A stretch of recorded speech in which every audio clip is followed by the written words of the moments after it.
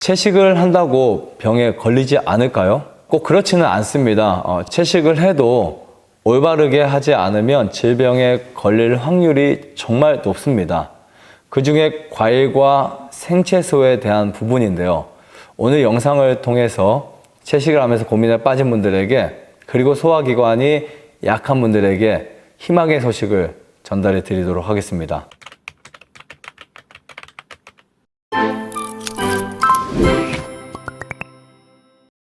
안녕하세요. 나음 힐링센터 방탄 원장입니다. 오늘 제가 생야채를 과하게 먹으면 오히려 독이 되는 그 부분들을 말씀을 드리겠습니다. 일반적으로 농사를 짓다 보면 수확을 하기 위해서 혹은 또 농산물을 잘 키우기 위해서 질소 성분이 많은 동물성 분변을 사용하거나 아니면 질소 비료를 사용하는 일이 굉장히 많습니다. 그렇게 되면 식물이 잘 자라고요. 그리고 빨리 수확할 수 있거나 많은 양을 수확할 수 있기 때문에 특히 야채 같은 경우는 되게 민감하죠.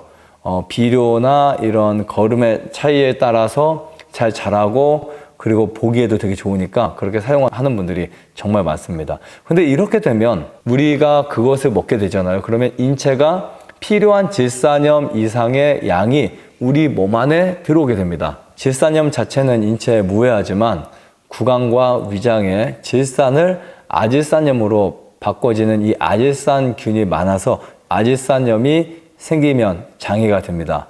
이 대표적으로 유아에게는 메트 헤모글로빈증이라는 것이 생기는데요.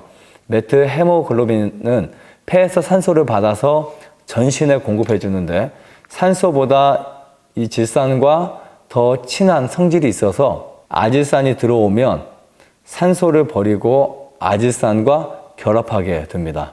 이 메트 헤모글로빈증이 생기면 세포는 산소 공급이 부족해지고요.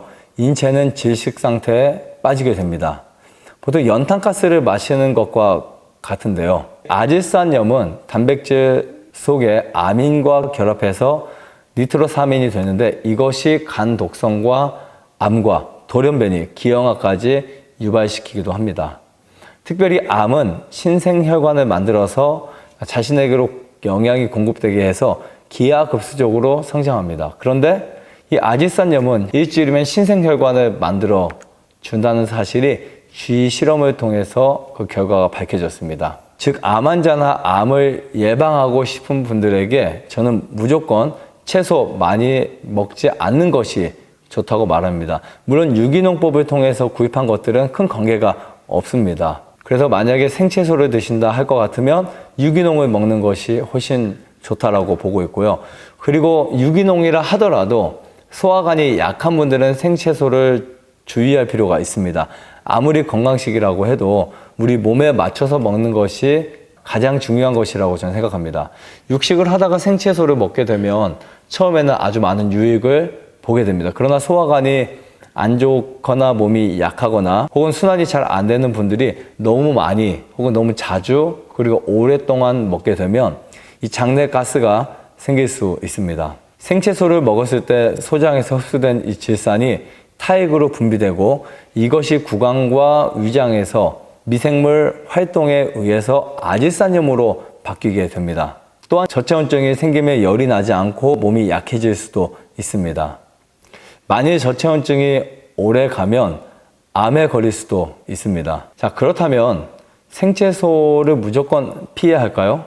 그렇지는 않습니다. 첫 번째, 유기농으로 먹는 거 추천드리고요. 생채소는 소화력이 약할 때나 저체온증인 분들이 적게 먹으면 좋다는 것이고, 소화력이 좋거나 저체온증이 아니라고 해도 과량은 피하는 게 낫습니다. 제가 오늘 말하고 싶은 요지는 생채소가 무조건 혹은 절대적으로 좋다는 일반적인 편견을 깨뜨리려고 하는 내용이고요.